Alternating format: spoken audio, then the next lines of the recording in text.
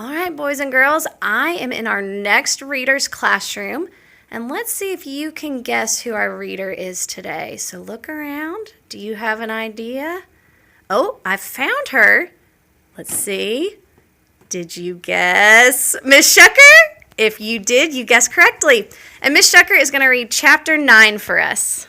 Hey, boys and girls, if you would like to follow me, I will start on page 107. And this is Project P.E.N.C.I.L. The next morning and the next one after that, Judy woke up feeling like a sloth moth. She could hardly make herself get out of bed. Saving the world was not going so well. She hadn't done anything really important, like heal the world with her own crazy strip.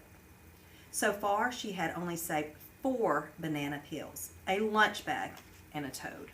On Friday morning, Judy ate her no-garbage breakfast in silence. She packed her no-garbage lunch by herself.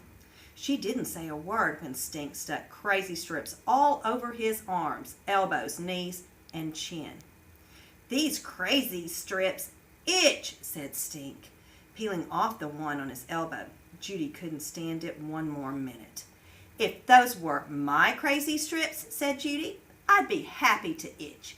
I would not scratch once, and I would never, not ever peel it off, not even in the bathtub." In school, Judy did not raise her hand once. She did not pass a note to Frank. She did nothing but chew her grouchy pencil all through spelling. She, Judy Moody, was in a pencil snapping mood.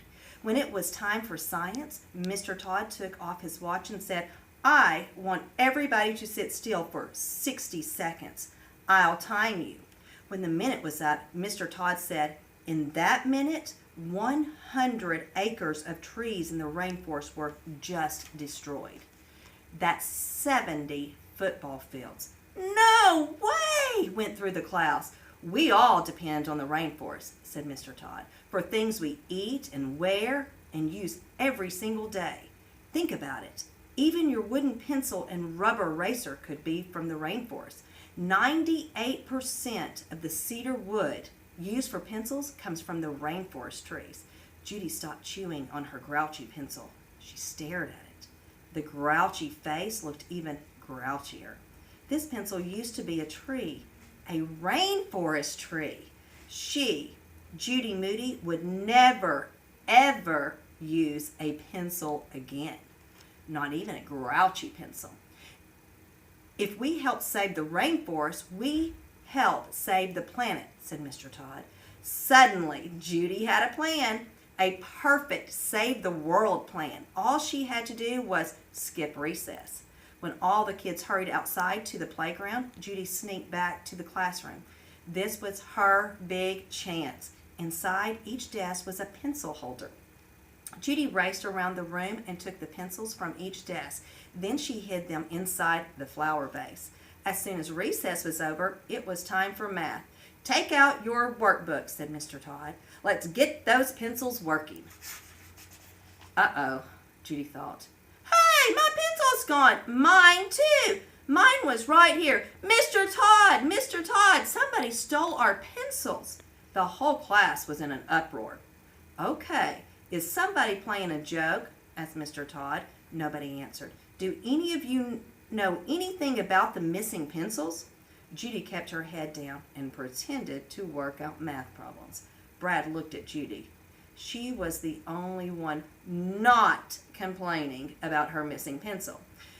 And she was doing math problems with a P-E-N.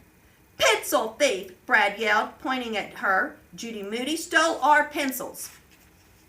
Judy felt the eyes of 21 third-grade pencil lovers turn to glare at her. "Judy," Mr. Todd came over to her desk, "what do you know about these missing pencils?" "Okay, I took them," Judy confessed, "because I think we should stop using pencils." "Stop using pencils? That's nuts," Brad said. "To help save the rainforest," said Judy. "Class, what do you think?" asked Mr. Todd. "We just want our pencils back," said Leo. Judy could not believe these third grade pencil freaks. Were they in the ozone? Didn't they care that 70 football fields of trees a minute were being cut down? She wished they would all move to Pennsylvania.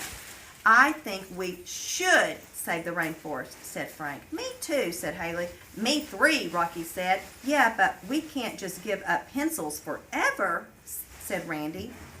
We have to write stuff and erase, like in math. How can we save the world without math? Maybe we don't have to use so many, said Jessica Finch. One pencil can draw a line 35 miles long. We could all promise to use the same pencil until 5th grade. How did Jessica Finch know so much about pencils? Maybe she wasn't such a fink after all. How many pencils can you get from a tree? Judy asked. None, said Brad. Pencils don't grow on trees. Hardy har har, said Judy. I mean it. You can get a lot of pencils from one tree. For real. One tree can make 172,000 pencils, said Jessica Finch. I read it in my Ranger Rick magazine. Wow! One tree could make all the pencils in our school. All the pencils in Virginia. We could plant a tree in the rainforest then, said Judy. You know, for the Virginia Dare School to make up for all the pencils we use.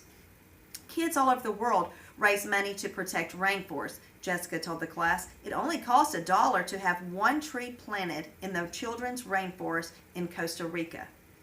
If it only cost $1, Judy said, then we could send money for them to plant trees and our class can adopt them. Wow, everybody said. Let's do it. Class, any ideas about how to raise some money? Mr. Todd asked. How about a car wash? Said Lucy. We could sell stuff, said Adam, like cookies. My sister put on a play in 5th grade and made money to help save the whales, said Jessica. She even won a giraffe award for it. A giraffe award? For somebody who sticks their neck out for a good cause. Judy could hardly wait till 5th grade. Maybe we could put on a magic show, said Rocky. Or we could collect a bunch of stuff to recycle, said Frank, and get money for it. The recycle center gives 5 cents each for pop bottles and milk jugs. Rare, said Judy. Double cool, said Rocky. A bottle drive sounds like a fine idea, said Mr. Todd. We could raise money while recycling at the same time. What do you say, class? Do you think we could collect enough bottles? Yeah, everybody yelled. It was settled. The Virginia Dare School, Class 3T, was going into the bottle business, starting with their very own cafeteria. The 3rd graders spent the afternoon rounding up milk jugs from all over the school. They piled up plastic bottles from the kindergarten classes and from the teacher's lunchroom. They even rescued some from the trash. Class 3T worked as hard as any army of leafcutter ants. That was cool how you got us out of math, whispered Frank. This is more fun than when you put my arm in a cast, said Jessica. We still need a ton more bottles if we're going to save the rainforest, said Rocky. Rocky's right, said Mr. Todd. Let's go home and see how many bottles we can collect over the weekend. Ask your family and neighbors. Tell your friends. Judy Moody felt as sharp as a pencil point. They were just a few days and a few hundred bottles away from saving the rainforest. She was in a Judy Moody best mood ever. At last she was on her way to saving the world. And the best part was she no longer had to do it all by herself. Class 3T would save the world together like an ecosystem. She, Judy Monarch Moody, knew just how a butterfly felt coming out of a chrysalis, light as a feather. Thank you, boys and girls, for listening today.